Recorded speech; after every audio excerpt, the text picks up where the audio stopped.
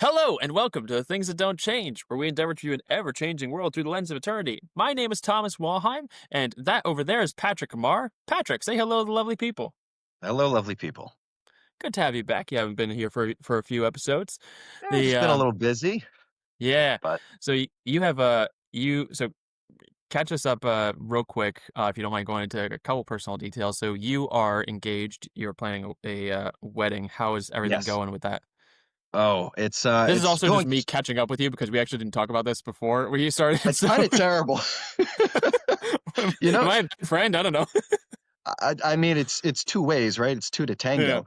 But no, it's been going relatively swimmingly. There's a couple of items that were very easy to figure out. There's a couple of Mm. items left, and the save the dates finally went out. So I don't know if you guys received yours yet. We did. But oh, Date awesome, is awesome, saved, which perfect, is good perfect. because otherwise you're gonna be lacking an altar server. So I kind of need you there.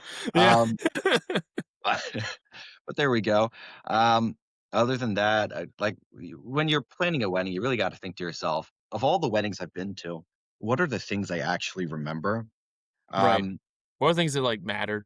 what are the things that matter? It's like one, it's like the people that I'm kind of seated with. How well do I Mm. mesh with them? So figuring out where everybody's sitting, of course, is going to be a big to do. Yeah. And we still, I don't even think we broached that yet. But food, Food is like the second biggest thing, and then third, I would say music. Um, Music is figured out, thank goodness, and food is figured out, so really it's just Yeah. who's everybody sitting next to, Yeah. at this point. So I would say we're a good 60% there because the rest of it is really just the setup and takedown. Yeah. When I was talking to Jess, God bless her.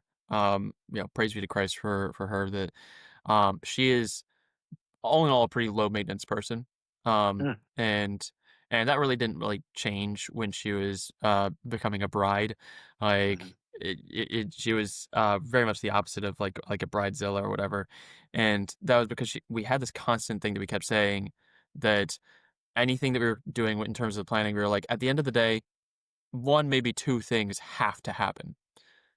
Everything else is gravy, you know? Yeah. Like, at the end of the day, if we have validly made our vows before God and the church and we had a valid mass, cool. There you go.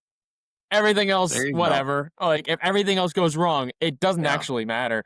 And so, like, And, it's so funny you say that because my last name, Marr, right? It translates from Old Irish to hospitable, right, right?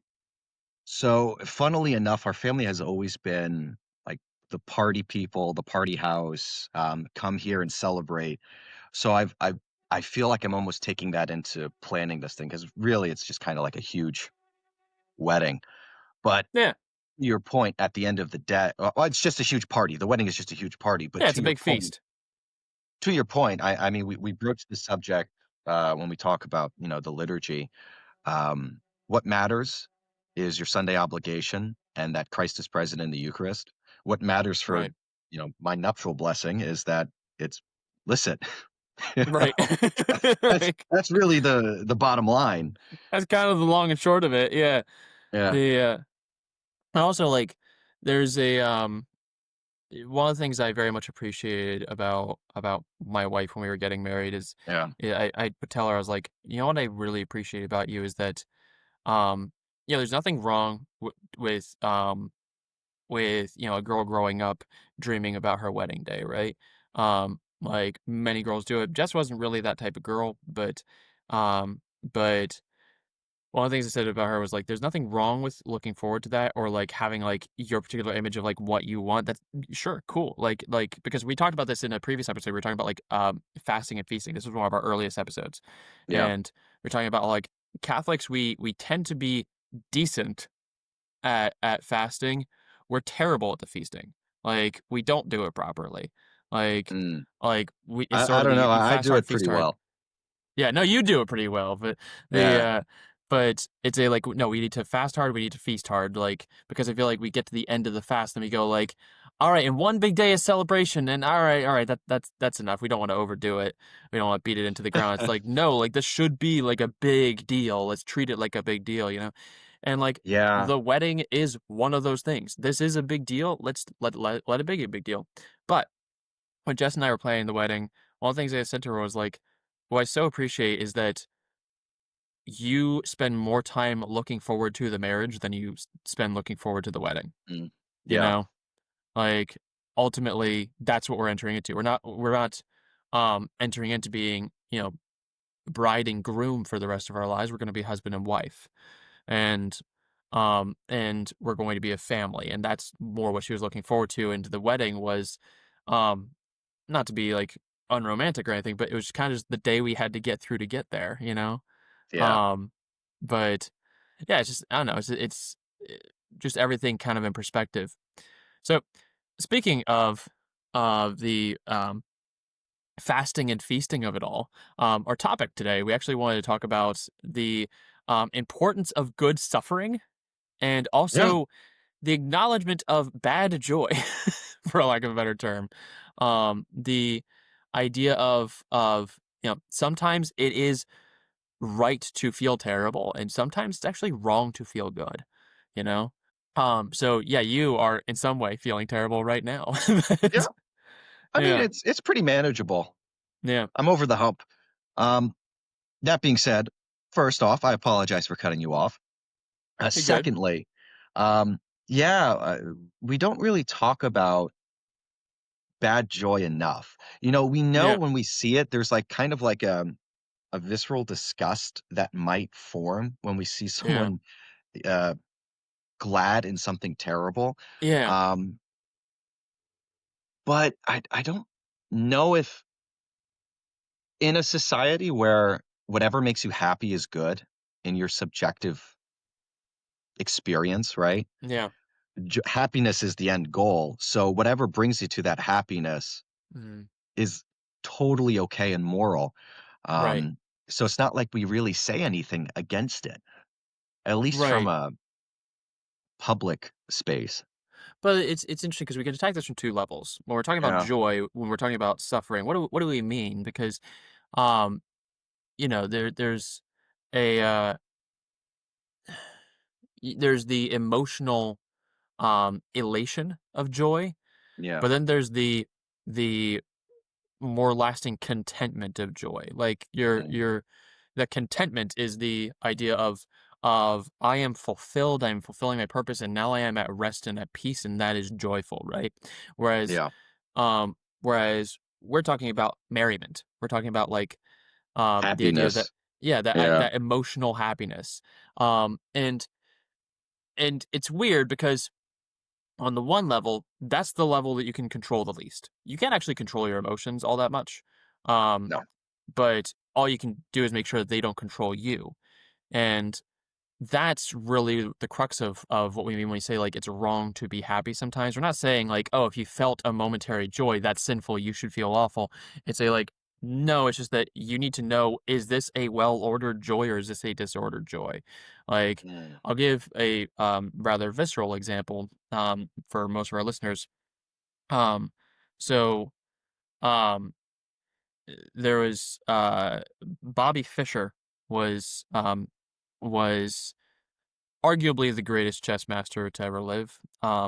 And and he uh his match against Boris Spassky in Reykjavik was like it's been made into several movies. It is like a huge deal. It was a huge deal at the time.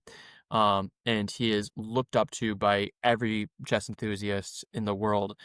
Um, but after that, he kind of disappeared from the world of chess for a while because he realized that, like, well, no one can beat me. And so it's kind of lost its charm. Like, there's no challenge. And afterwards, he starts going just slowly insane. He was already eccentric, but Mhm. he starts like really losing it. And um all this culminates in it was the early aughts and he was living in Reykjavik because his home country had kicked him out and like nobody wanted him, and he was just a huge problem all around. But he was he was just deep into these conspiracies of X, Y, or Z or five, and so he had developed his view of the world, which was just completely out of step with everyone else's view of the world, and and one of the things was he hated the United States, and part of that was because he was really pressured by the federal government to go face off against Boris Spassky because this is the midst of the Cold War, and we need to show the Russians that we're their intellectual superiors. Right. Um, and so it's like I get him not having a love for the federal government, but he hated the United States by the end of his life. And September 11th, 2001 rolls around, and you know, thousands of people are dying, and he immediately gets on the radio to say, "What great news! This is wonderful," because he hated the United States and he Mm. hated his home country, and say like even to people who think like, oh well, you're just supposed to like seek what makes you happy. Even to them, you hear that example and you're like, no, he was wrong to be happy there. You know, Yeah.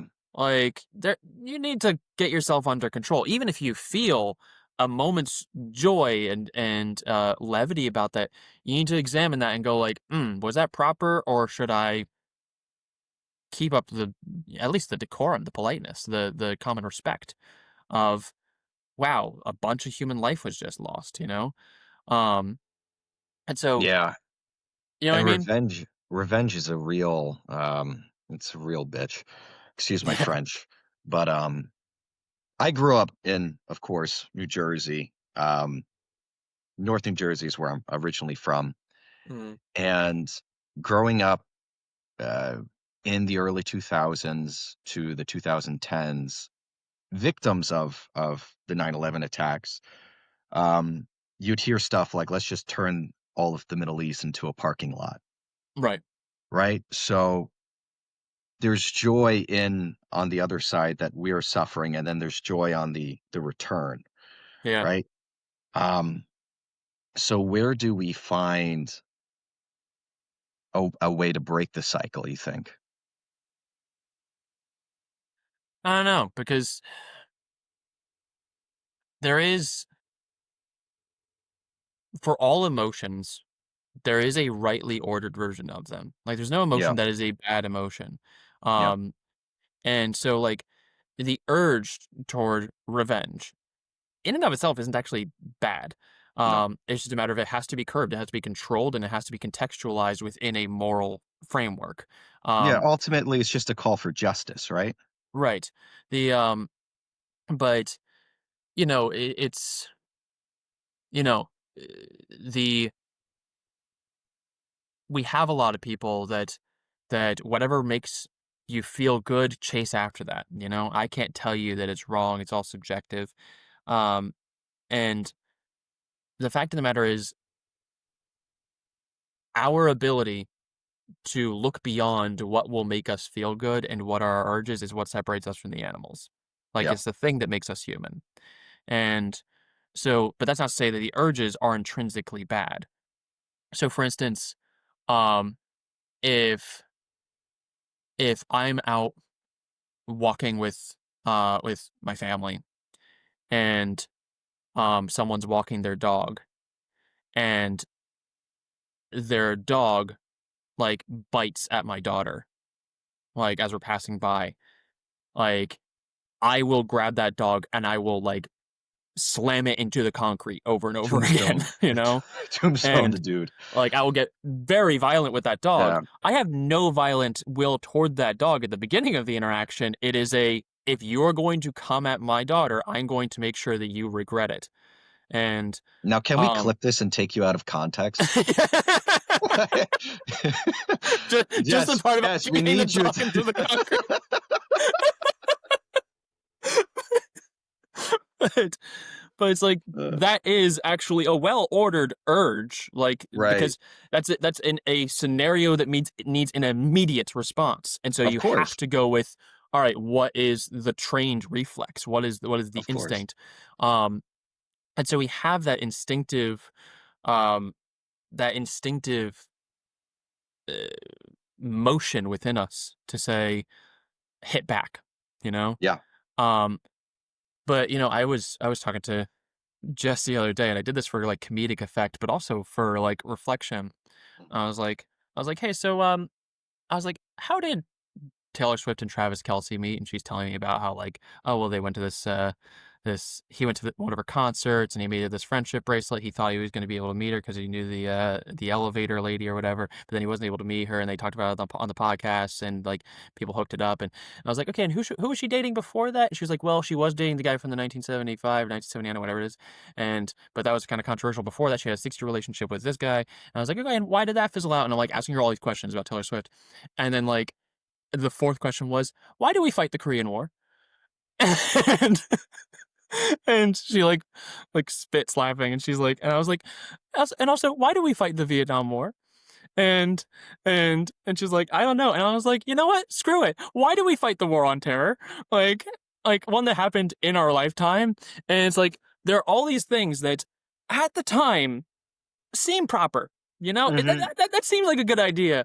But given the hindsight of it, we look back and we're like, yeah, and so we Yeah. got involved in Vietnam to stop the spread of communism. And well, that didn't really go well. And before that we fought in Korea to stop the spread of communism. And well, and and also we fought the Gulf War um to protect our oil reserves. And well, And the opium and fields. right? And so it's like we have this, particularly when you have something like 9/11, where you have a huge thing that affects a lot of people on a very deep level. Of course, there's that will to say like we need to strike back harder, not just strike back proportionally. Like Yeah. we need to strike back harder, because it's not just a matter of we need to make them feel bad for what they did. It's a matter of we need to make sure they never try this again. Yeah. And Yeah.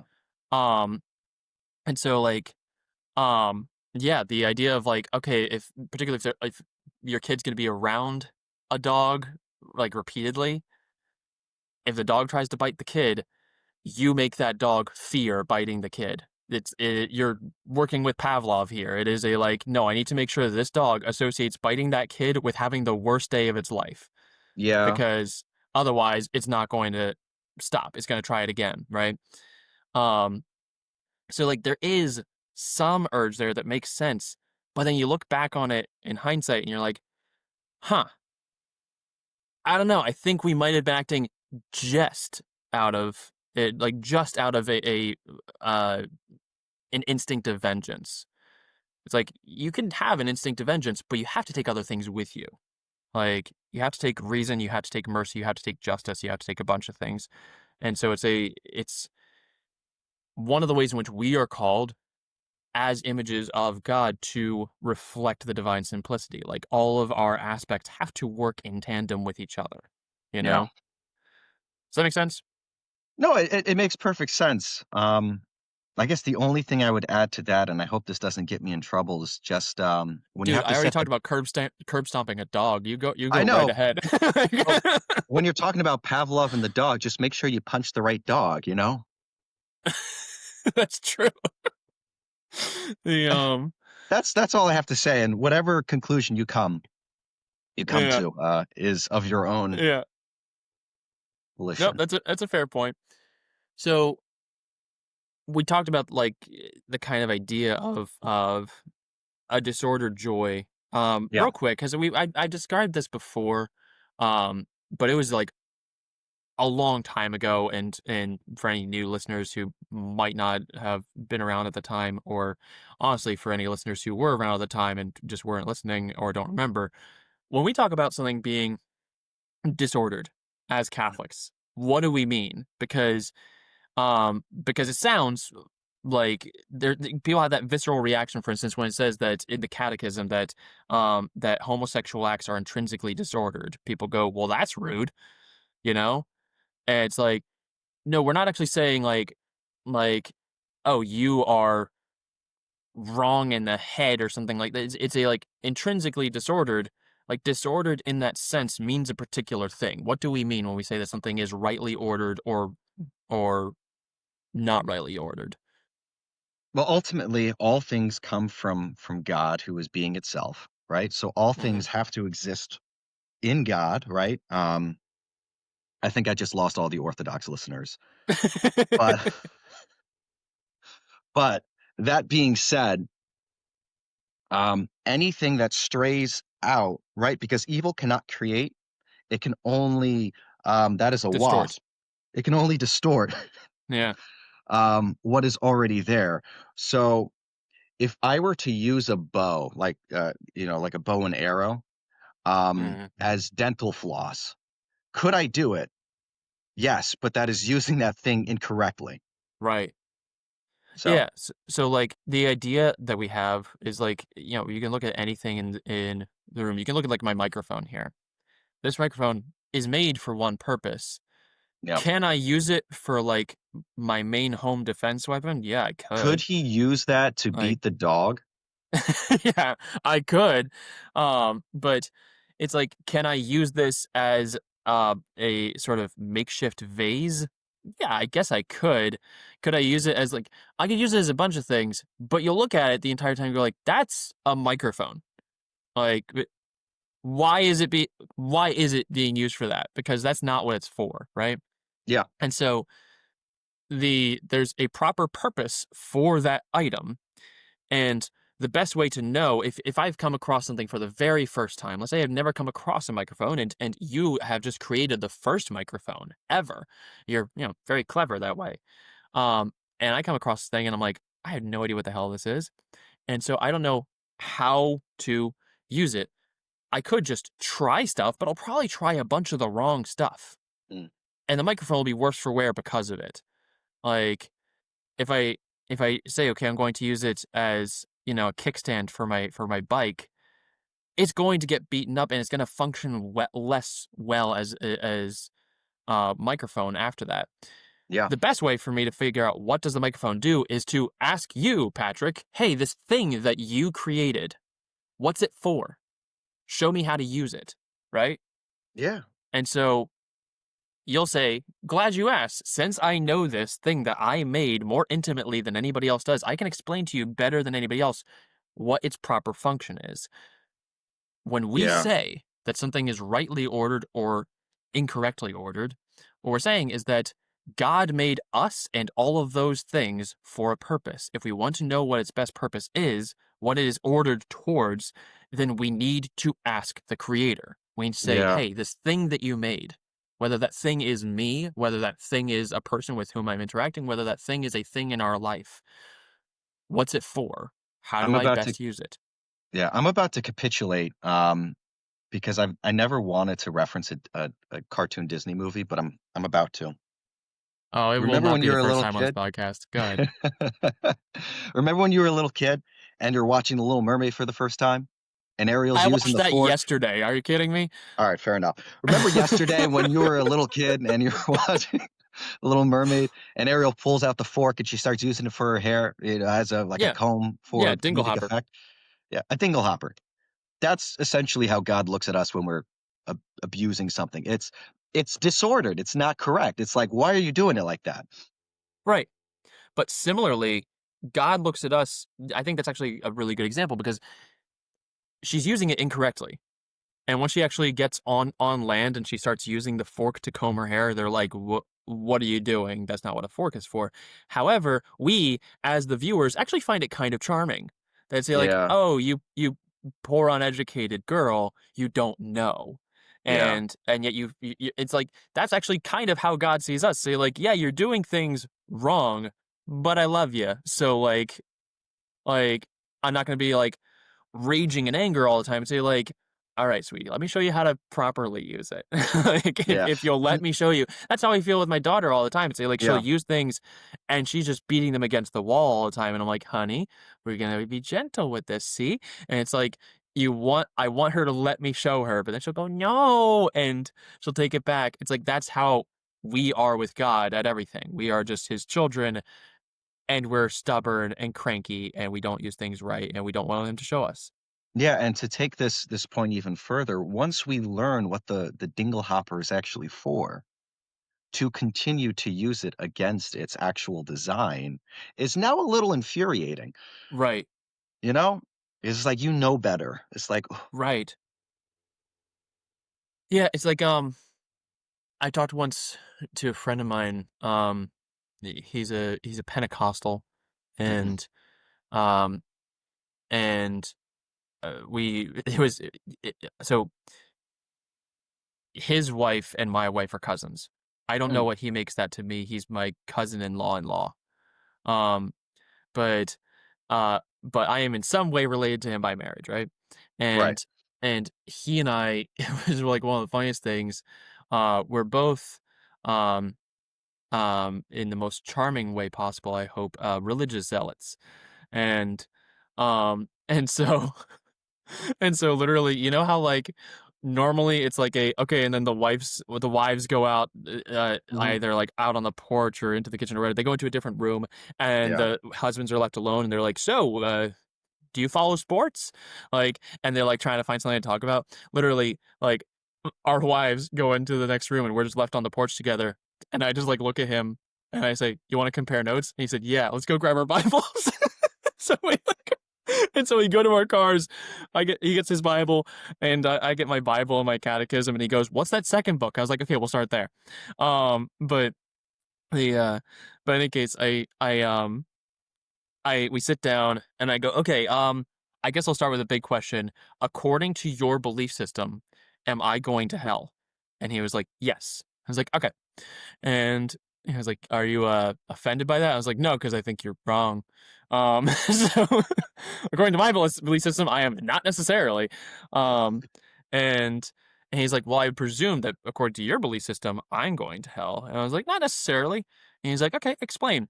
And I was like, "All right, so let's just say that a 4-year-old child comes up to you and he or she says, I made this drawing of us. Imagine that drawing in your head. Is it a beautiful drawing?" And he was like, "Oh, of course it is." I was like, "Is it though? Like, is it gonna be hanging in the Louvre? Like, is this a great work of art?" According to recent events, if it's hanging in the Louvre, that's not particularly safe. Anyway, Yeah, I know. but I you but do it. um, we'll talk about that in a bit. But the actually, I have a way to tie that into our topic. But anyway, so he's Perfect. like, I was like, "Is it though?" And he's like, "Well, I mean, he's a kid." And I was like, "Yes, exactly. It's beautiful because according to the ability of that 4-year-old, this is a wonderful drawing. Well done, buddy." But if a 25-year-old handed you that same drawing, you'd be like, "Oh, do do you need help?" Like, like it because okay, no, you should know better by now. You should have at Yeah, least some better motor skill by this point. I'm actually kind of concerned about you now. And so once you know better, you're held to a different standard. I was like, so in the eyes of the Catholic Church, you're a 4-year-old, you know? A very active Catholic is a 7-year-old. You know? It's not a yeah, matter of, "Oh, we do things perfectly." It's a matter of, "No, we are doing things to the best of our ability, and God knows better than anybody what our abilities are, and so he judges us according to that." You know what I mean? yeah, Um, so, going back to the Louvre, um, so I was at work yesterday. I have not read anything about this, so like I don't have any actual facts about it. But I was at yeah. work yesterday, and someone starts going, "Oh my gosh!" And they're like reading about this heist that happened. And by the time that this is posted, maybe they've caught the guys or whatever. But,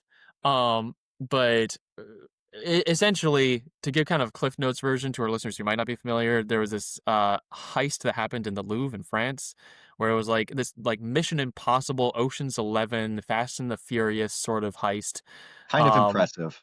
yeah, and so like it was a like literally being lowered down from the ceiling, 4 minutes in and out, and then they just have like all of these like insanely valuable artifacts that can be easily dismantled and sold piecemeal so that it's completely untraceable, and they have no idea who did it. And um, and I was saying to the people at work, I was like, "Listen, I'm not trying to condone any criminal behavior, but." There are some crimes you read about and you're like, "Wow, how terrible, and who raised them, and how tragic." And there are some crimes you read about and you're like, "Wow, well done. Good for you, I guess." Like you don't You know really you don't know how to react to it. You're just like, "Wow, that's." really impressive. Well, Yeah. like, Yeah, en entirely. I it yeah, it really was like Mission Impossible yeah. because It's you like, got all the laser beams and everything. I was reading up on mhm. the Louvre security. It's ridiculous. I mean, It's you can't fart ridiculously in secure. there Yeah, without being detected. that is like that is a master burglary. Yeah. But the thing is that that actually kind of feeds well into our idea of like, okay, but you can have an initial reaction. My reaction to that of the wow, well done, I guess. It's like, hey, is that breaking the commandment to not steal? Yes, it is. Was that someone's property? Yes. Whether it was the Lou's property or not is kind of up to debate. But it's somebody's property. Um, and so you've committed crimes, but there is that emotion of like, wow, but that's kind of cool though. like, It's like, impressive. It's yeah, impressive. It's like the one parable with the property owner, um, and he mismanages the individual's money, yeah, and he gets fired, but before he gets fired, he goes and makes deals with all the people that he lent money out to, yeah, on the other end. You kinda like, "Huh." He's called smart, right, in right, scripture, yeah, but not be but because he's being clever, you know? right. It's It's kinda like, like that. yeah, you're impressed by the wiliness of it all, like Yeah. the but yeah, so going back a bit, we talked about the idea of a disordered joy. Um, Yeah. and we can come back to that again, but let's talk about the flip side of that. The well-ordered suffering. Like Mm. sometimes it's important for things to just feel awful, you know? Um, Yeah. like I remember one time, like I had a there was something that had happened and I was just feeling like absolutely dreadful. And like just very glum. And my wife Jess was concerned for me, and she goes, "Are you okay? Do you want to talk about it?" And I was like, "No, I there's not honestly much to talk about." Like normally, I'm very forthcoming with talking about like my emotions or what's going on inside my mind or whatever. Um, but I was like, I honestly don't feel like there's a lot to talk about. She was like, "Well, what can I do to make you feel better?" And I was like, "I actually don't want to feel better right now. Like, this is like a pain that demands to be felt. Like, it is a like, no, I Right. I I need to actually like just sit with this first, you know? Like, Mm. I might feel better in a couple of days, but right now it is right for me to feel awful, you know? Um, the so what is if we're saying that there's a purpose to everything, what is the purpose of suffering? Because we It's to have like contextualize purpose. what's that? It's to contextualize purpose.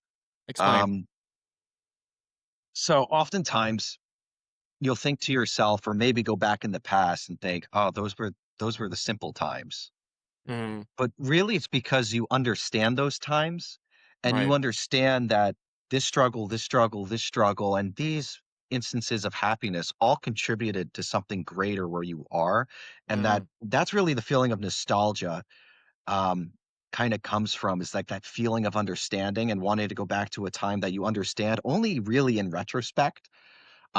Whereas in the present moment, you're now faced with this struggle, these moments of right. happiness in between, and you have no context to what they mean because it's like the same script, but it's playing out differently, if that makes any sense. That makes a lot of sense. Like I think of my daughter Kiara, like, you might say like, "Oh, her life is so simple right now because she doesn't have to, pay taxes. She doesn't have to like Yeah. make bills. She doesn't have to have any like real responsibilities or whatever because she's, one and a half." But also any time that I tell her, "No, don't stick your finger in that electrical outlet," is the worst day of her life, Yeah. you know? Entirely. Because in as much as she's able to understand what's going on, like, I'm being denied this thing that I want, and I don't know why I want it, don't know what I'm hoping to get out of it, but say, like, he won't let me explore, Yeah. He doesn't want me to learn, and and he's trying to like keep me caged up or whatever. And it's like, no, I just don't want you to electrocute yourself. Um, but she'll look back on when she was a child and say, like, oh, life was so simple then. And it's like, it actually really wasn't for you. Like, Yeah. in that moment, you understood nothing. And so life was complicated and confusing. And now it's just Mm, complicated and confusing in different ways, you yeah, know? Like, entirely. it all has to be contextualized. But like you said, that only happens in retrospect, like Yeah, looking back. another point I wanna add is probably the best piece of advice I ever received was, "The worst thing that ever happened to you is the worst thing that ever happened to you." Yeah. You know what I mean? Like, I know that sounds like you're just repeating the same thing, but there is a lot of wisdom in that. Yeah. Oftentimes, we can almost minimize our own suffering, and in that way, we lose the chance to really contextualize what this suffering means for us and what, we'll get out of this if we push through by looking at other individual sufferings who might be suffering at magnitudes greater. Um, and yes, their suffering is more tangible. Let's say it's physical, like you're starving, Mhm. but that doesn't mean that you're not suffering at a same sort of level, but it's just not physically manifesting, but your heart breaks in the same manner. Yeah. Um,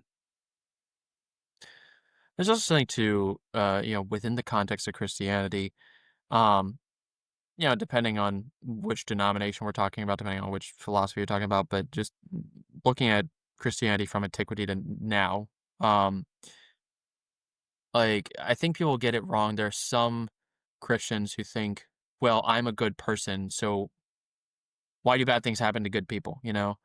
yeah, Like, I'm a good person because I go to church and I pray and I believe in God, so why isn't God giving me my due? Which is the exact wrong way to look at it. It's like, no, yeah, God isn't giving you your due, and thank him for that. Like because your due is pretty terrible. The, and whatever good is in you is just a negation of the bad through his grace. Um, and so it's like, we have this idea of bad things shouldn't happen to good people. And it's really funny as a Christian to think that because a Christian by definition, like the most watered down, diluted definition of a Christian is someone who believes in Jesus Christ, the best person. What do we do to him? yeah, You know? It's like yeah. he was the best person to ever exist. And so, what did we do? We nailed We him to killed a him. yeah, we scourged him. We made him Yeah, carry a cross until we could put it in the ground and nail him to it until he eventually died from suffocation. yeah. Like, it's like, I'm sorry, no, that if you believe that bad things shouldn't happen to good people, like, and that's how things are supposed to be going, I don't think you believe in Jesus Christ. Like, No, because what we believe as Christians isn't that, oh, well, if you follow Christ, then you won't suffer anymore. Like, that doesn't make any sense. What we believe as Christians is that, no, you will suffer. Suffering is a fact of life. But if you follow Christ, suffering has a purpose. Suffering is not needless, you know? yeah, yeah. Suffering can be for something, it can be worthy of something, you know? It's We are not going to suffer just because we are of the seed of Adam. right.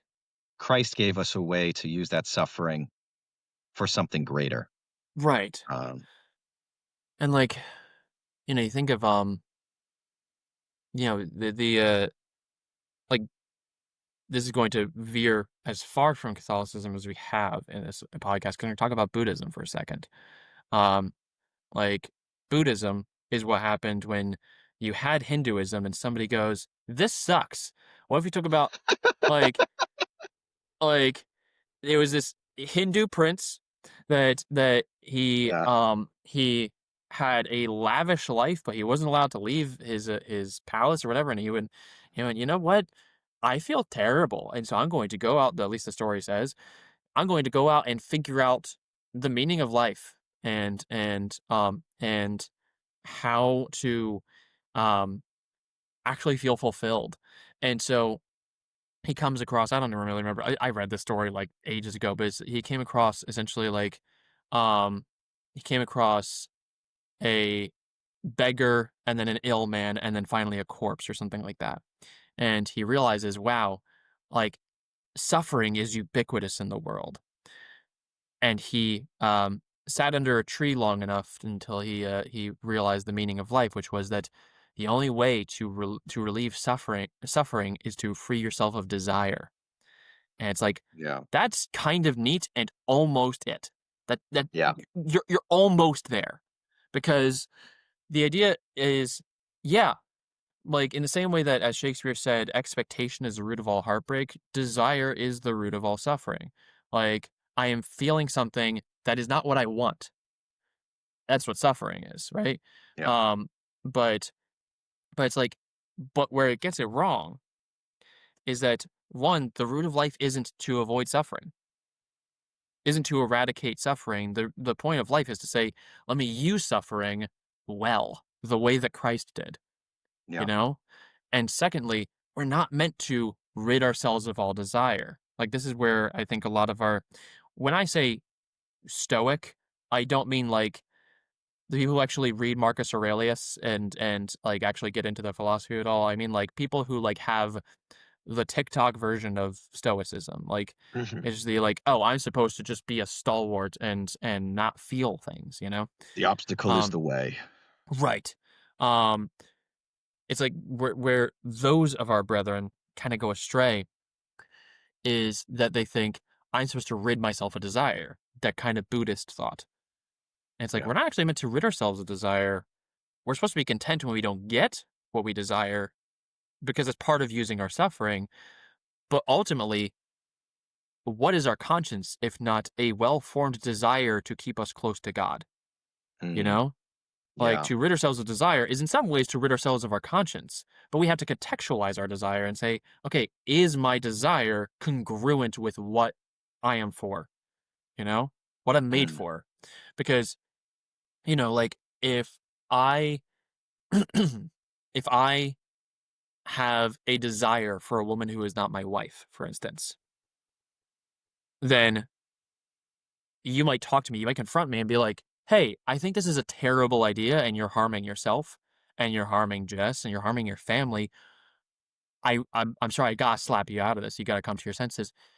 And if I were to come back to you and I would say, "Why are you doing this to me?" Like this other hypothetical woman, she makes me happy. You'd be like, "Well, then you're wrong to be happy. Like this should not feel good. This should not be good. Like this can't be a good thing because it's not just a matter of your desire. Your desire has to be contextualized within, but what is proper?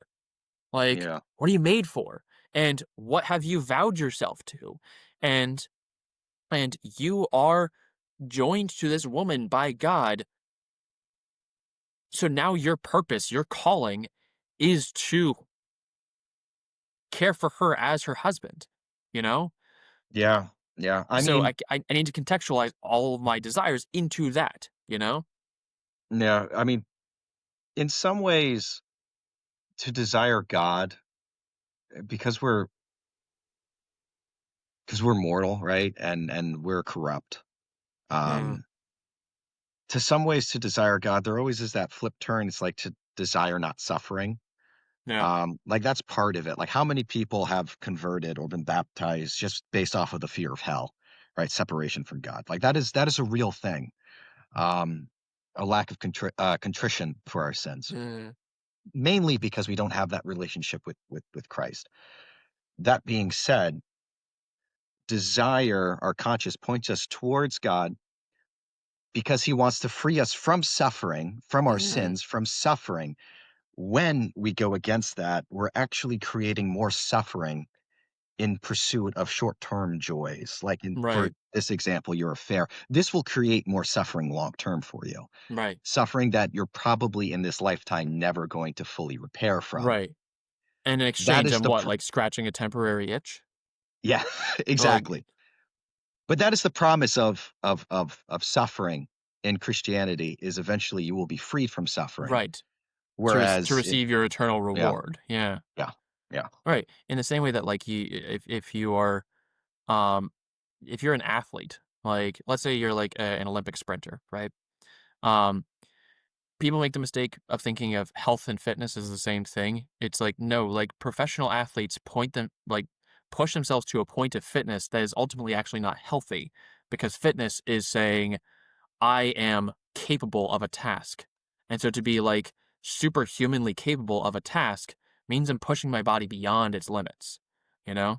And so the but the Olympic sprinter is going to be very fit for that task, right? Yeah. What does that mean? It means they put themselves through a lot of suffering, a lot of grueling training to get to this point. And why do they do it? Because, well, the suffering is for a purpose. Because Yeah. eventually, hopefully, if I push hard enough and I suffer well enough, I'll eventually get a gold medal and a recognition, you know? Mhm. Like, I'll Right. eventually get the reward The of, reward. well Yeah. done, you have run the race, you know? Yeah. You've pushed hard enough, you've suffered well enough. Um, I don't know if any of y'all, our listeners have ever tried running. It It sucks. sucks. Like, it's the worst. Like I hate running like, so much. I detest running, Yeah. um, like, I knew this guy, like, my freshman year of college, he sees me, a generally lean, somewhat athletic man, and he goes, "Do you run?" And I was like, "Yeah." He's like, "Oh, great." And I didn't realize that he runs in a sense of, like, this is his life.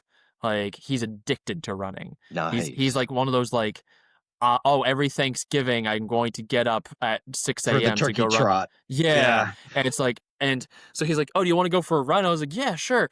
And I started running with him, I was like, "Oh, Christ have mercy. You're one of those." Because I was like, let me clarify. When I said I run, I meant I run out of conviction, not out of desire." Like, Yeah. I have absolutely no desire to run. I do it because it's good for me.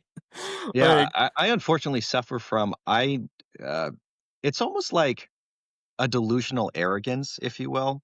yeah, The best way to describe it is I was at a show for a local band, yeah, and I was with my one buddy, and the one guy pulled the guitar behind his head and started playing the guitar behind his head. And I kinda nice. turn over to him and I go, "You know what my toxic trait is? I believe I can do that. I believe I can do that." Yeah, So I had that moment with running back when I was a teenager, and I right. got down to a 5:20 mile, which is like nothing groundbreaking, but it's Not fairly bad, yeah, impressive. Once I did that, I was done. yeah, I proved to myself I could do it. I was done. right. Yeah, So, like, I 100% relate to that, the idea of, like, you look at anything, you're like, "I can do it." yeah, Like, um, which I think is also, like I think a lot of men have that. It's part of yeah, the reason why men love watching sports is because true. they are watching these absolutely superhuman people do these things, and they go, Yeah. "Let me tell you how to do it right, buddy." As they are sitting on their couch having not lifted a weight for the last, like, 18 months. Like, you know what I mean? Like, it's that like, we are very willing to critique the man in the arena and be like, "Oh, it's not that difficult. Give me, like, 3 weeks, I'll be on your level." I'll be Um, there. right, but Nothing like a little bit of, Rudy determination. yeah, That's it. yeah. It's honestly kind of a funny thing. Like I've always like I enjoy watching sports. I don't follow sports. Yeah, If a game is on, I know how the sport works. I don't know the names of any of the players, um, but I'll enjoy watching the game because I know how the game works. I enjoy playing sports a lot more than I enjoy mm, watching them. Um, and in some way, maybe this is just pompous of me to say. Maybe this is my way of justifying the fact that like I can't like quote any stats to you or anything like that. Um, I can't. I'll say that I think that Michael Jordan was the greatest of all time rather than LeBron James, and people will be like, "Okay, explain to me why." I'll be like, "No, I just think he was." has LeBron ever played baseball? but but like I was about to say, was he in Space Jam, but he was in the new one? he was, but um, but like Oh, jeez. in some way, I'm actually very comfortable with the idea of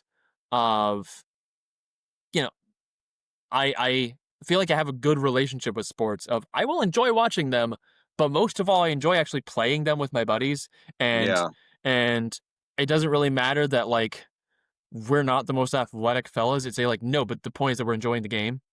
Um, and we're yeah. like competing well with each other.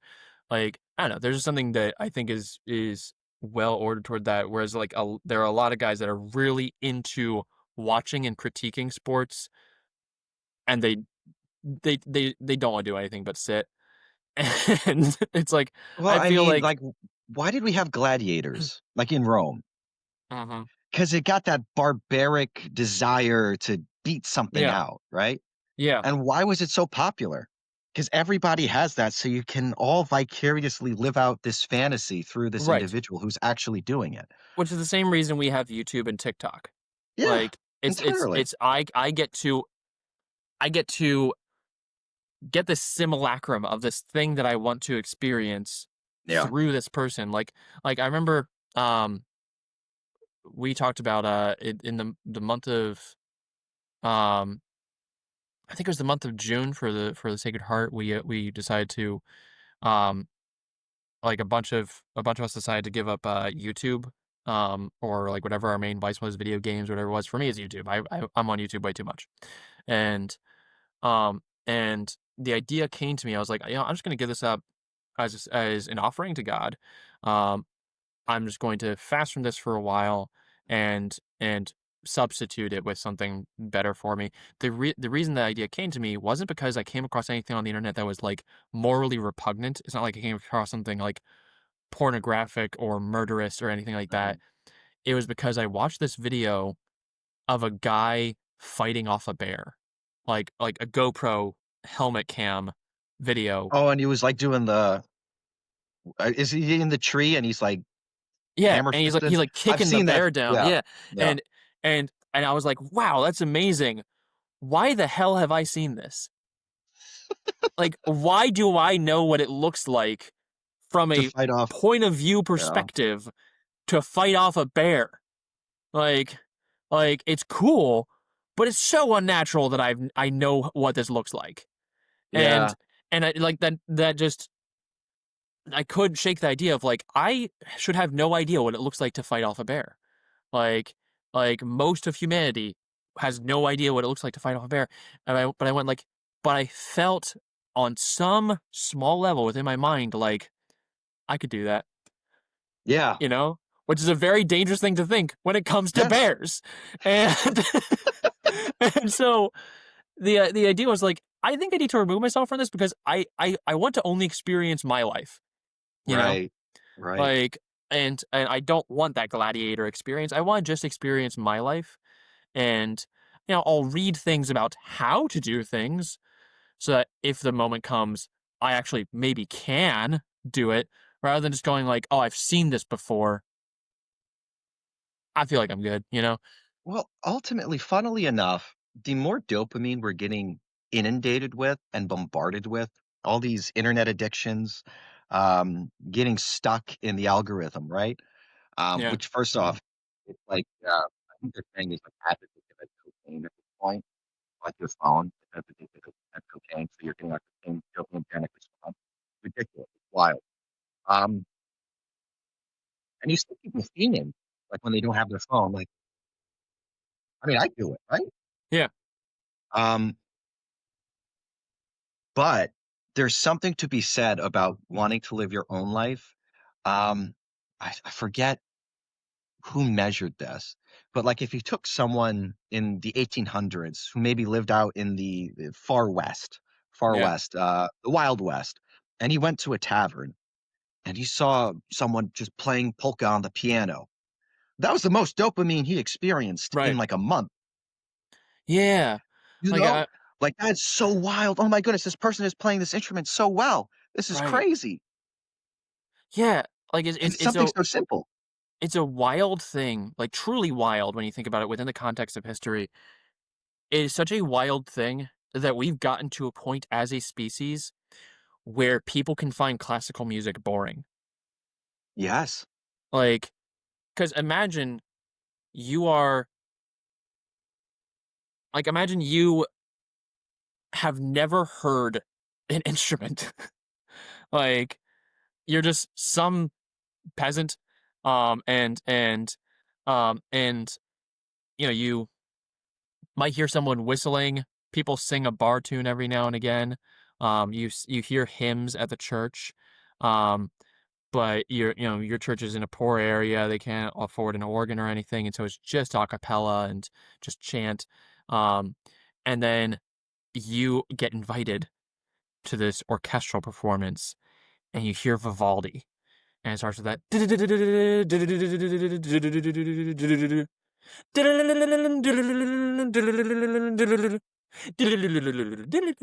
And all of a sudden, you're having this Ugh. symphonic experience of like, I've never heard anything like this. Yeah. Like, this is the most amazing thing I've ever heard. I didn't realize sounds like this could exist. Like, like, just imagine sitting and you're like everything, and then guy goes, and everyone quiets down, hushes down, and then you hear a bum bum bum bum, and you never heard or felt a sound like that. Like, oh, the room is Kinda makes you vibrating. jump a little bit, you Yeah, know? like my seat, I can feel it vibrating under me from that sound. Like Yeah. the only time I've experienced that before was when the cannon was going off. Like, and hey, if it's Tchaikovsky, you can get both of those experiences at once. But um, but it's such a wild thing that we are now at a point as a species where it's like, wow, orchestral music can be boring to somebody. Like a large portion of the population finds that underwhelming. Like, But that's the funny thing is it's not actually underwhelming. It's just it's cheapened by the mimicry of it coming out of your phone right, or out of an amp somewhere, right, playing it at your Fridays or your Applebee's. But if you sat in an opera house and you heard these things, right, it's so much more powerful because you're there and the way the sound moves and you're actually enveloped in this thing. It's right. Because it's that we've same thing taken as good watching the things. bear attack and going like, "Oh, I've seen that. Yeah, It's not as big a deal. He was fine." But it's like, but if you're being attacked by a bear, you're gonna feel very different. yeah. Like, it's the same thing that like, for any of our listeners who might be like, "Oh, classical music is boring" or whatever, but they are into sports, right? There's a Mhm. contextualize well. Hockey is not exciting until you go to a hockey game, Mm, you know? And yeah, then after that, you can really enjoy watching hockey on TV, but you need to go to a hockey game first. You know?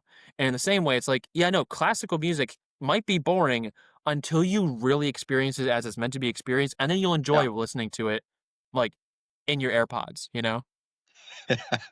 Like, Entirely. there's a, Who's your Jess was favorite? showing me what's that? Who's your favorite classical composer? I love We're gonna sound Vivaldi. like such Yeah. you love Vivaldi? I love Vivaldi. Vivaldi's great. The Mm. it used to be Mozart, but here's the thing: is that Mozart, I picked Mozart because it sounded intellectual. Like it I mean, sounded fair well enough. read. Like I remember I was a teenager and I was like, I feel like I should have a favorite classical composer, and so I was like, oh, I'll go with Mozart, It's a safe uh, option. I looked up Mozart's Requiem and I learned all the words to Lacrimosa and just so I could say, oh, my favorite piece is Lacrimosa by Mozart, and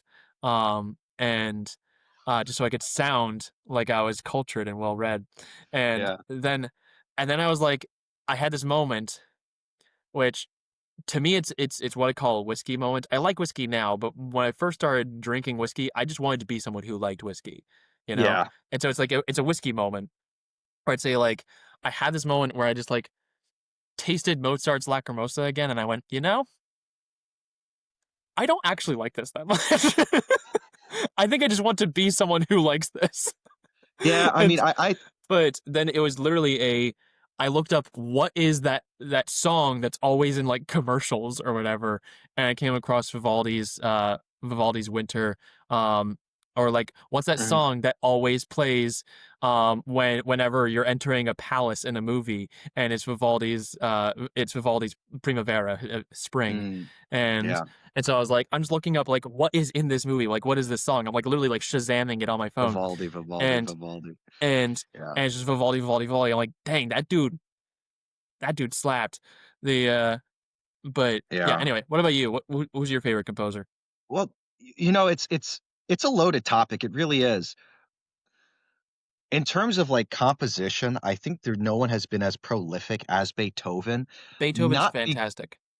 but not because he's great at melody, harmony, or even the entire orchestra, because half the time the trumpets or the brass kinda drowns everything else Yeah. out, but it's in the succession of the notes, I think. I was watching someone break down why I like Beethoven so much. Every You're gonna have to note. break this down pretty well because to me, who is musically illiterate, Okay. you said succession of notes, not the melody, and to me those are the same thing. Like, The melody is very simple. yeah, Sometimes it's the same note going over and over and over and over and over again. However, it's the correct note that's being played.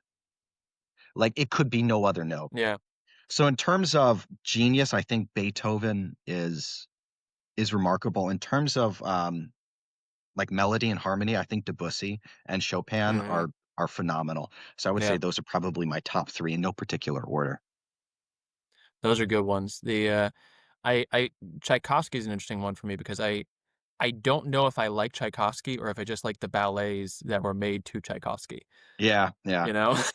I think the Russian arts are so fascinating to me, and I've never really dug that deep into them other than, like, the surface of Tchaikovsky in Yeah. music, or if you go over to writing, oh, what's his name? I forget now. He wrote everything. Um, the Who- Russian writer, Are you what's talking his about? name? Are you talking about um Dostrovsky, Dostoevsky? brother Dostoevsky, thank Yeah, you. yeah, Brothers Karamazov, The Idiot, all that. Yes, yes, Yeah. yes.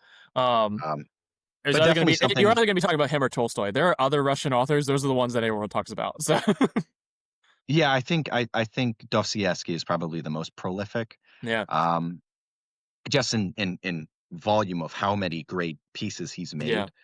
Um, Talk about a so dude who knew probably how to suffer. I Like know. that's Dostoevsky. Well, the Slavic people are it's Yeah, they experience suffering.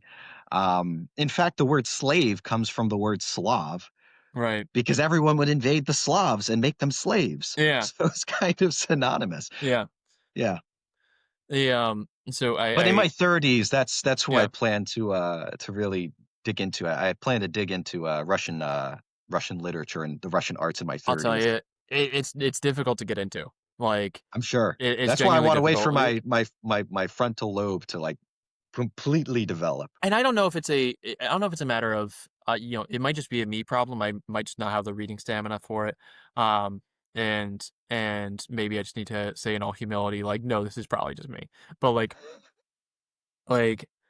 I tried to read Crime and Punishment a few years Mhm, ago, and I got through chapter 3, and for those who are familiar, it's the part where that drunken idiot is going on for like forever, literally for like pages upon pages upon pages. It's just this drunken ramble from this one guy. And I was like, you know what? The crime is that this book was written and the punishment is that I have to read it. Like this book is the worst. And so I put it down and then out of sheer conviction, out of sheer pride and pompousness, I'm like, no, I want to have read a Dostoevsky. So I picked up Brothers Karamazov. Brothers Karamazov is um easier in my opinion to get into than Crime and Punishment, even though it's much longer.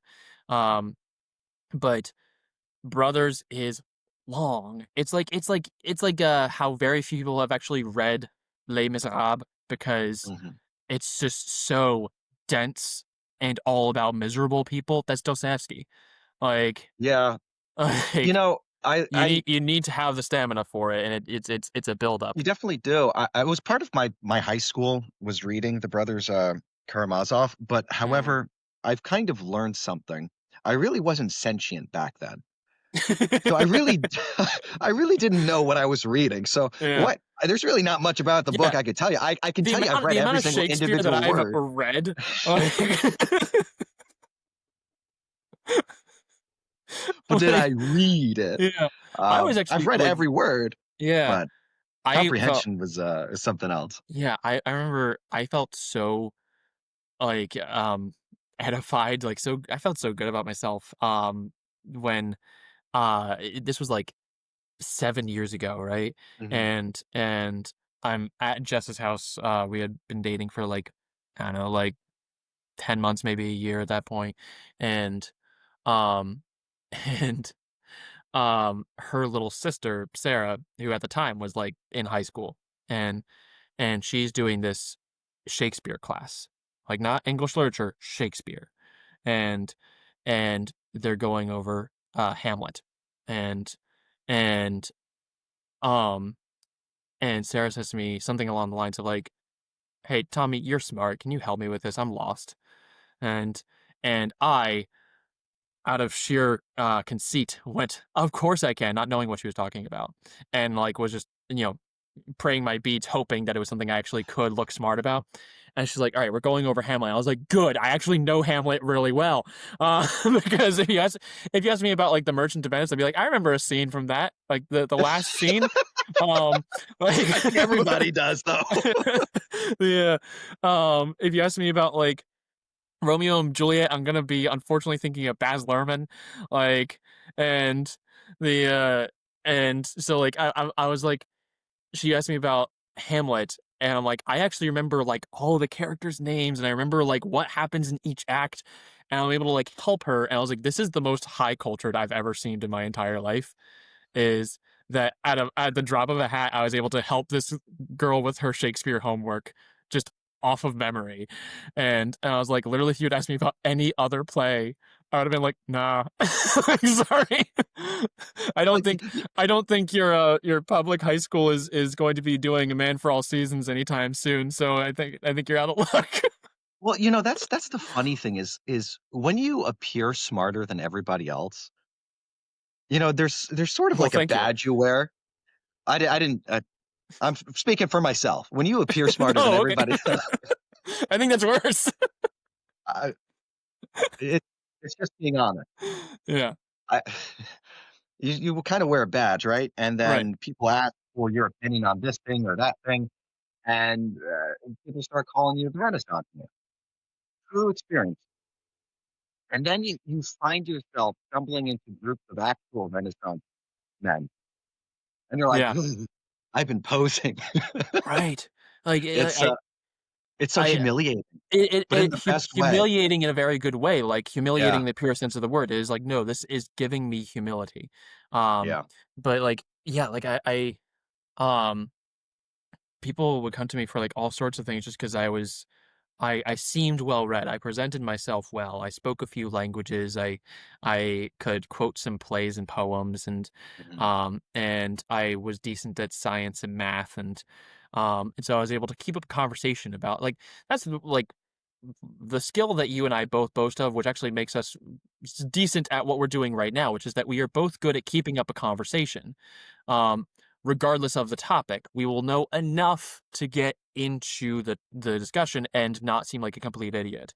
And And usually, honestly, I just kinda use it as a way of getting someone who's actually interested in this topic right, to kinda ramble on about it because then I can actually right, learn and more then you can about it. assimilate the information Yeah, and turn it yeah. around. Yeah.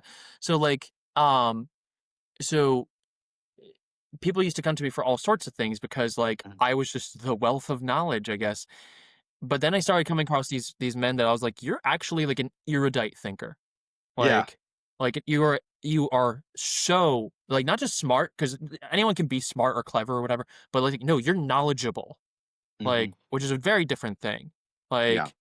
Like coming off as clever, like I talked about the this before, but like a very good example is Thomas Jefferson. That man was clever. That man was knowledgeable. That man was not smart. Like like look He into lacked wisdom. he lacked Yeah, wisdom. yeah, Because if there's anything that you want to be smart about, it's how to live life well, how to seek God, and to live a moral life. And he was bad at all of those. Like, yeah, yeah. I but mean, it's the curse of oh, what is it called? Potential, right? You have so yeah, much potential. You know, like when you're young and you can fit the triangle and the triangle thing faster than all the other kids. You can name all the yeah, colors. You can do this. You're put in like this gifted sort of space right, way too young. So now you actually don't develop how to study. right, And that's the foundation. When you're naturally right, athletic, you have less inclination to actually train. right, So the most proficient individuals have both drive and potential. right, But for a vast majority of people with potential, this one, the middle finger, uh, they don't have drive right. because they've never been challenged. Yeah. But that's the reality of it, is that there are a lot of people with drive and there are a lot of people with potential. Having both is kind of the sweet spot. Yeah. Um, but but yeah, a lot of people like if you grow up thinking I'm smart, then like your study time goes down pretty significantly because, well, I've always gotten good grades, you I know? just kind of can figure my way out. Right. Whereas if you're actually competitive with yourself, you're not going to stop at, well, I'm getting good grades. You're going to go at, well, I want to understand this better than the teacher then. Like, Yeah. I want to get to the next level. I want to presume that this isn't the peak of knowledge about this. I want to push further, you know? Yeah. Um, Yeah. not just be the star pupil. I want to be the expert. Um, and and that takes a lot of drive and a lot of conviction and a lot of patience. And for people who are naturally smart, patience has to be learned. Yes. Um, Yeah. because in the same way that if you're naturally athletic, then yeah, training to an Olympic degree, that's going to take patience that you never had to have, because for a random pickup game of basketball with your friends, well, you never really had to do anything to prep, you know? Yeah. And wisdom really can be surmised as what's the next move and recall. Like, how can I Yeah. recall information or how do I adjust based off of my opponent, Yeah. the way they're moving? And wisdom takes time. It takes a lot of honing. Um, and half the time we don't even learn because we're smarter than our wisdom, right? We're smarter than our potential to be Right. wise. Um, but wisdom really is, in a lot of sense, that X factor, especially because when you factor in your most potential, the most potential you'll ever have is probably when you're about 21. Yeah. You'll never have more potential then. Your brain is going to be firing off so much faster. Your physical health is going to be better than at any point in your life. The potential for that, but you lack something, and that thing is wisdom. Yeah. You don't actually know how to apply this potential, um, which is why the archetype is so prominent. Right. Um, and we all need mentor figures to lead us in the right Right, direction you need so that we somebody really to shape you, hone. because Yeah, you need to use their wisdom and your drive. Like pretty much, like, pretty much. it's because essentially you're really good at hitting the gas and they're really good at hitting the brakes, and you don't know where the brakes are. Yeah, Like, it's like, exactly. "No, I like, yeah, you keep hitting the gas, and I'm gonna keep one hand on the steering wheel, and I want you to put your hands on the steering wheel so we can figure out how to turn this together, and also, I'm gonna take care of the brakes right now because right now you're an idiot and you're gonna crash." Like, the, Basically. I I'm gonna pick on my godson for just a second. Corey, if you're watching this, hey.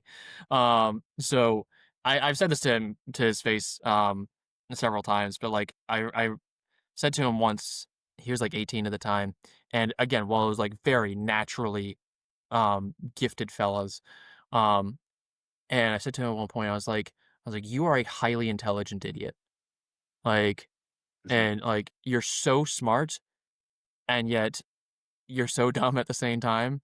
And I was like, the reason I'm telling you this is because at your age, I was also a highly intelligent idiot. like, like I knew a lot of stuff. I could present myself very well, but I made bad decisions. Like, and I just thought it'll be fine. Like, it's like right now you're in the highly intelligent idiot phase, which is a very dangerous place to be. Make sure you are putting yourself within guardrails, like getting yourself guides, Yeah. putting people in your life who will keep you on the straight and narrow. Um, Yeah. and that's absolutely, I don't mean to gossip about my godson. That's absolutely no statement about him or like his capability or lack thereof. He's a very capable fella. It's just they no at that age, particularly when you're at that age and you feel like I've scored well in school, or I've done well athletically or whatever it is, whatever the skill is, you just think like I can do anything.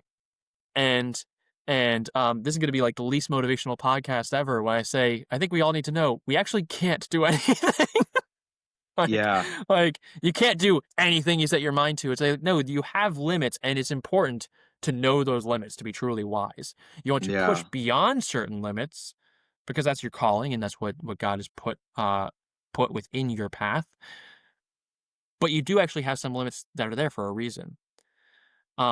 If I can go back a Yeah. little while, he just showed me this thing this morning. One of the uh, great joys of um, my life, like one of those like little things that just like Mhm. it's a thing that we enjoy doing.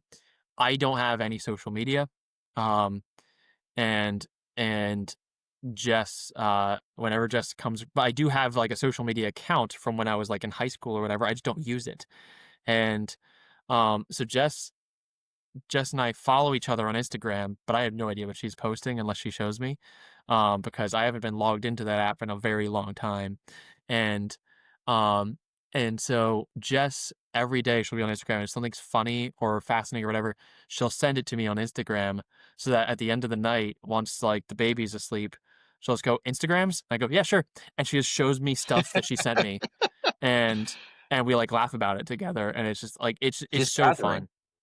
What's that? You're going out, you're hunting, she's gathering the memes. Right, exactly. And so That's it's actually that's actually something I wanna do, that I've been contemplating yeah. is before I get married, I'm gonna have, like, a little vigil where I just sort of delete a bunch of social media Yeah. apps because, like, honestly, what does a married man Yeah. have to do with Oh, going on yes, social yeah, media? yeah, You know Mhm. what I mean? It's like I Yeah. have no Okay. business being on social media at all. Like, I gotta go out there, I gotta provide, I gotta Right. work. Why am I I distracting myself? yeah, I was talking to Jess the other day, and I was like, I don't judge this is gonna sound, um, bad. Judgy? This is gonna sound bad. But, Okay. um, so I was like, I don't judge women for being on social media. I was like, "I'm gonna put this as bluntly as possible." I feel like adult men who are on social media are kind of gay. It is a And little bit. It is a and little bit. and she was like, "Kind of gay?" I was like, "I actually kinda mean that literally." I'm not saying "Oh, they're losers," like in like the 2005 lingo or whatever. I'm like, "No, I'm actually saying it's like it's actually kind of gay." Because, um from the perspective of Christianity within the moral code given to us by God, like for something to be, like I said, disordered means that it is not what the thing is made for, right? And going back throughout our conversation, we were talking about the idea of how we need to be able to deny ourselves certain desires Mhm. and control ourselves at certain urges. And I was like, it's like a time tested thing. Throughout all of history, women gathered to get the village gossip, you know, like what's going on. And men were just out in the field, out hunting, in smithing, whatever it was they were doing. And then they would sit down to supper and their wife would tell them, "Did you know that so and so is courting so and so?" And they go, "Oh, really?" You know?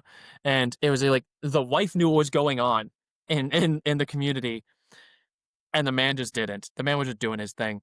Um, I was like, the thing about Instagram specifically, I was like, the thing about Instagram, and I don't know how much of this is just because I am male. Part of the reason I got off Instagram, I got us off of Instagram maybe like 5 years ago, 6 years ago. Mm. I was like, part of the reason I got off of it was because I realized that, you know, so much of Instagram, and I'm not following any of these pages. Like, you go to your Discover page as a guy, like, and everything is just like softcore pornography. Like, what would have been considered pornography at least 20 years ago. And um and I was like, there's such a women by nature tend to be more performative. And I don't say that as a bad thing. That's actually like part of like how they're made. Like, for instance, women tend to wear makeup, men don't. Like, it is a women are more into the idea of putting on a good face, right? And that's actually a Yeah, good thing in and of itself, because that also means that once they have a family, they are trying to make their family presentable, whereas the man just doesn't care, you know? yeah, And it's like, no, that that makes is sense. is actually part of the matrix of how do the male and female tendencies intertwine into a healthy family life. Mm, Um, but I was like, that's all that Instagram is is people fronting, putting their best foot forward, and and getting a little bit of the town gossip. Whereas, like, for a man, it's just a place for urges to be met. Like, it is just a place for, even if it's not a like, oh, I'm going here for something yeah, scintillating and glossy. It's a like, but you're not denying yourself the access to it. I was like, what, like, because we were talking about the idea of like the stereotype of a woman getting upset with her man because like either her boyfriend or her husband because he liked another girl's photo or something like that. mhm, yeah, And we were saying the weird thing is that's not actually wrong for her to do that, because like it's not like you can understand the argument of like, why don't you trust me from the guy's perspective, because like sometimes they like, oh, you liked this girl's picture and it was a completely normal picture of your cousin saying, oh, here's me with my friends at my birthday party. Yeah, no, you got issues if that's what we're talking about. Whereas if it's say like, oh, here's a girl posing at the beach in a bikini or whatever, it's a like, what you are signaling in liking yeah, that photo, whether you mean to or not, is I like what I see. And you're training your yeah, brain into the I like what I see. And when you're married, you're not meant to signal those things, you no, know? And so no, it's a, like, there's actually something kind of weird about like the married man in his 30s or 40s or whatever that is still super active on Instagram and looking through all of these photos of all of these women who are putting their best foot forward, their best face on, and being like, "Wow, she looks really pretty." It's like, I actually don't want to think about those things. I don't want to like dwell on yeah, someone's visage in a way that will, in some small way, even if I have absolutely no intention for it to, it will in some way erode at my attraction to my wife, because I'm mm, going to be constantly looking at these women in their, their best hair, their best makeup, their best outfits, their best poses, and then I'm going to look over at my wife who just got out of bed, and I'm going to go, on some subconscious level, I'm going to start comparing, you know? well, it's the vicarious dopamine, right, Right. that we were talking about. It's like the gladiatorial match. I will say Instagram has not changed, and it's changed since you got off. Yeah. Sure. Nobody goes on Discover anymore. Nobody really goes through their own feed anymore. You know what they go? They go to that little reel section, Right. which is basically TikTok except, with extreme political views. That's the best way to describe it. That's the best way to describe it. Yeah. But the memes you can find on there, it's so tempting to just sit there, and you're sitting there 20 reels, which is why I've had to cut down, my usage.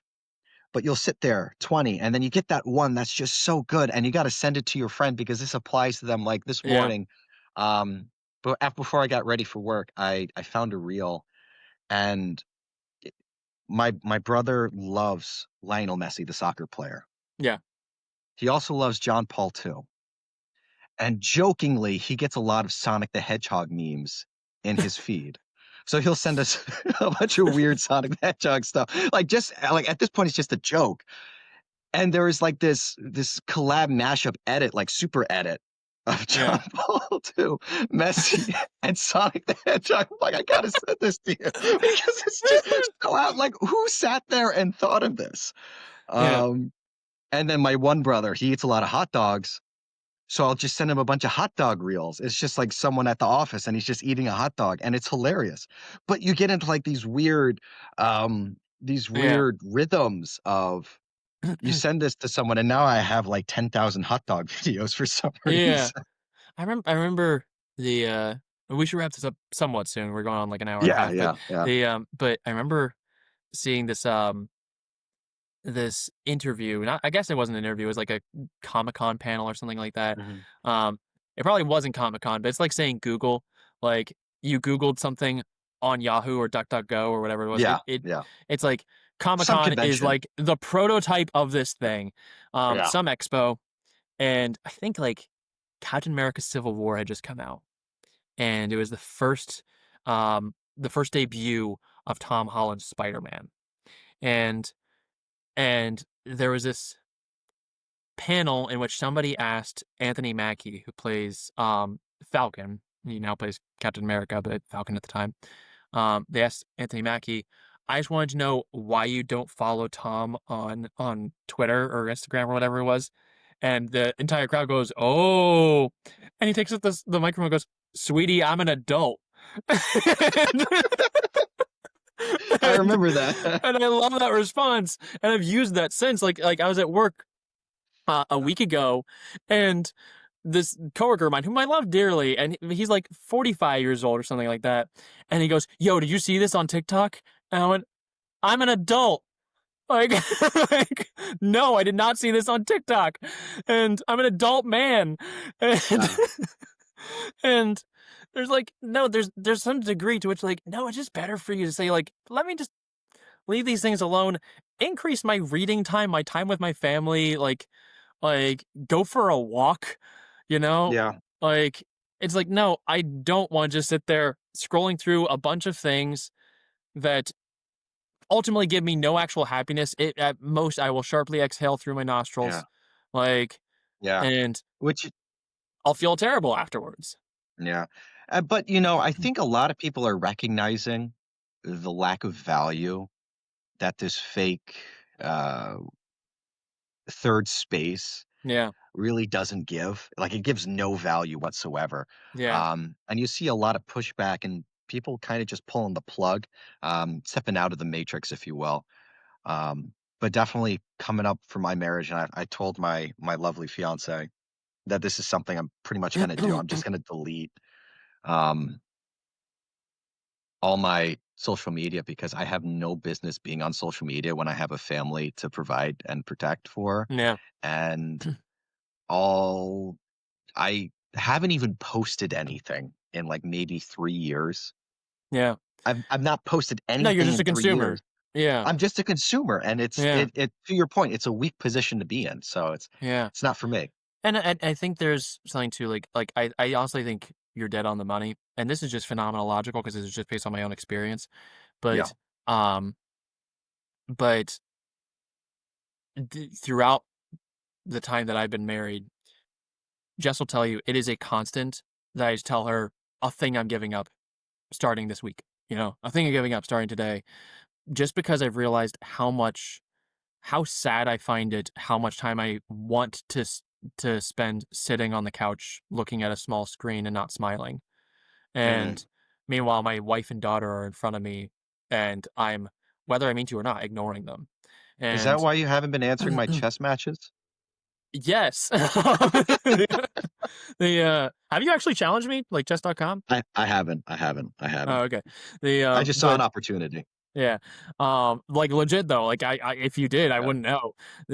I saw an But opportunity to make us look more intelligent, like, yeah, Professor X and, I mean, Magneto. we haven't done a match in a while. We honestly should. No, we haven't. The Yeah, but yeah. the but there's something to like I gave up. That's actually a good example. I gave up playing strangers in chess on the internet a Mm, while ago because I was like, I'm not getting much out of this.